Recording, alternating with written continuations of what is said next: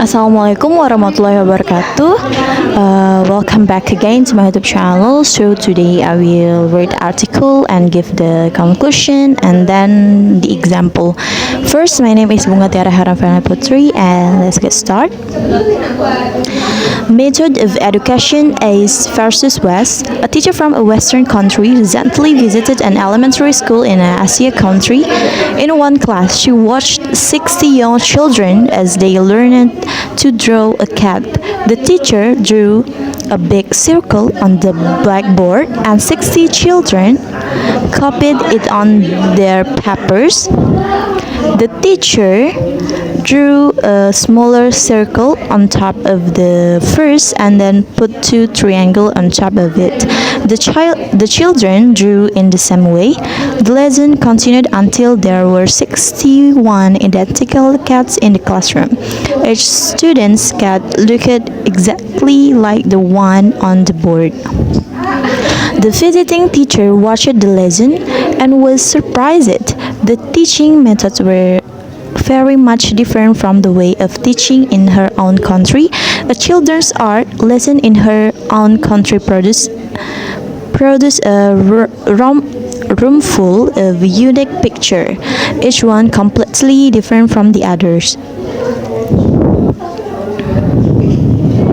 Why? What causes this difference in educational method?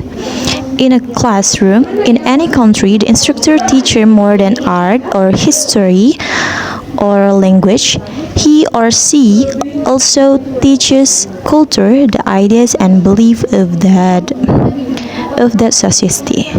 Each educational system is a mirror that reflects the culture of the society. In a society such as the United States or Canada, which has many national, religious, and cultural different, people highly value individualism, the difference between people. Teachers place a lot of importance on the quality that make each student special. The educational system in this country shows this value. Students do not memorize information. Instead, they work individually and find answers themselves. There is often discussion in the classroom. At an early age, students learn to form their own ideas and opinions. In most Asian societies, by contrast, people have the same language, history, and culture.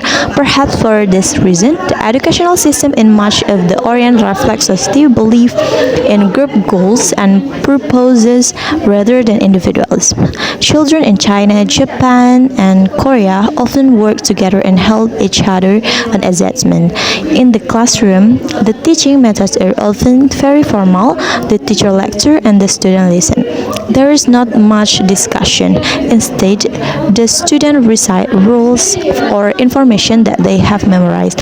There are advantages and disadvantages to both of this system of education. For example, one advantage to this system in Japan is that students there learn much more math and science than American students learn by the end of high school. They also study more hours each day and more days each year than North Americans do. The system is difficult, but it prepares students for a society that values discipline and self-control. There is, however, a disadvantage. Memorization is an important learning method in Japan school.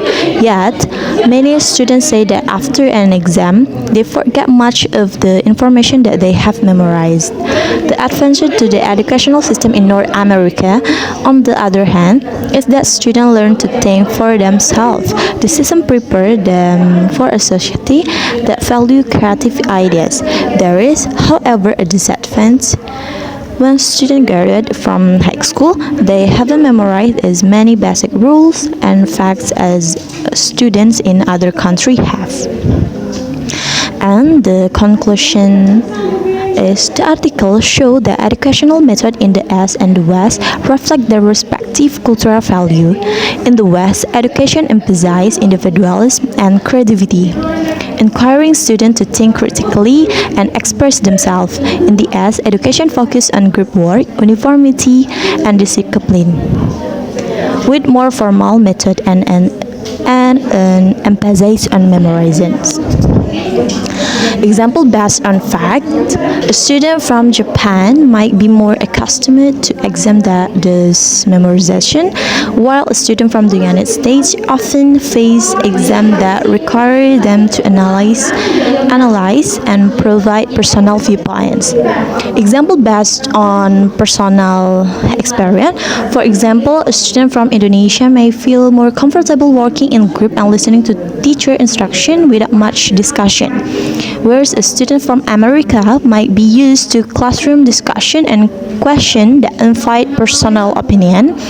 And then the last is example based on my religion, Islam. In Islamic education, especially in many Muslim majority countries, there is an emphasis on memorizing the Quran and learning the teaching of Islam, which foster a deep respect for discipline and tradition. This reflects the broader educational focus on memorization and collective value.